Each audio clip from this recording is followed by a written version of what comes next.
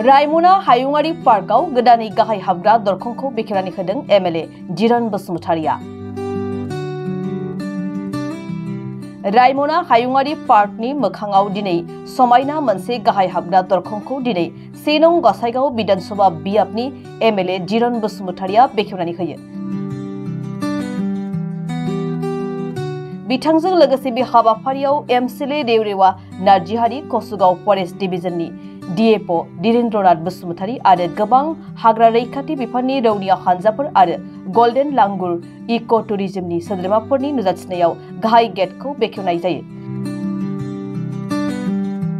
मख'नो गोनांदि रायमना हायुङारि हाग्रामायाव गोबां जिब जुनार बांनायनि खौरां मोननाय जादों।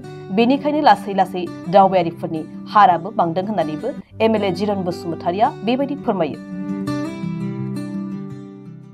আমি সবেই জানো যে ৰাইমনাটো নেশ্যনেল পাৰ্ক হিচাপে ডিক্লেয়াৰ কৰাৰ পিছত ইয়াত আমাৰ দেশৰ তথা বিভিন্ন দেশৰ পৰা আমাৰ যিসকলে ইয়াত পৰিবলৈ আহে এই পৰিবলৈ যিটো আহে তেতিয়া সিহঁতে গম নাপায় যে এইটো কি পাৰ্ক হয়। ভালকৈ ইয়াত গেট নথকাৰ কাৰণে তাৰ কাৰণে আমাৰ বিটিআৰ চৰকাৰখনে আমাৰ ৰাইমনা নেশ্যনেল পাৰ্কৰ এইটো এণ্ট্ৰি যিটো গেট এইটো আমি আজি উদ্বোধন কৰিছোঁ আৰু আমি আশা ৰাখিছোঁ নিশ্চয়কৈ এতিয়া মানুহবিলাকে আহিলে ইয়াতে প্ৰথমতে দেখা পাব যে আমি ৰাইমনা নেশ্যনেল পাৰ্কত আহি গ'লোঁ। তো গতিকে বিভিন্ন জাগাৰ পৰা আশা যিসকল আমাৰ আলহীসকল আহিব তেওঁলোকে আহাৰ লগে লগে ইয়াতে গম পাব যে আমি এতিয়া মেইন জাগাতে আহি গ'ল।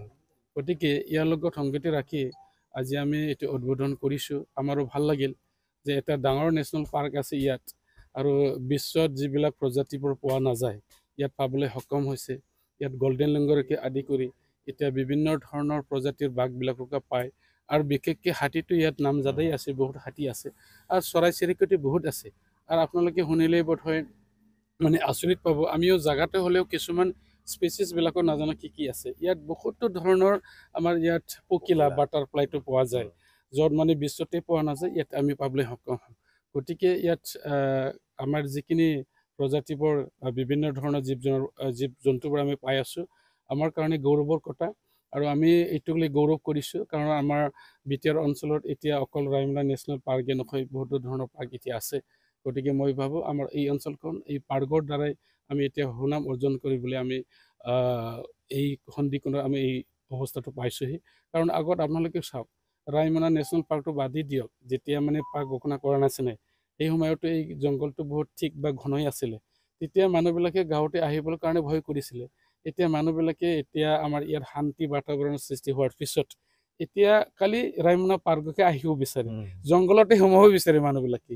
এইটোৱে আমাৰ কাৰণে এটা এটা বাৰ্তা বুলি আমি ক'ব লাগিব। দেশে বিদেশে আমাৰ যিসকলে পৰিভ্ৰমণ কৰিবৰ কাৰণে আহে, ট্ৰেভেলাৰ্ছসকলে আহে, তেওঁলোকে এতিয়া বহুত আনন্দৰে ইয়াত উপভোগ কৰিব পাৰিব। আশে পাশে ইয়াত হোমষ্টেৰ ব্যৱস্থা এতিয়া কৰা হৈছে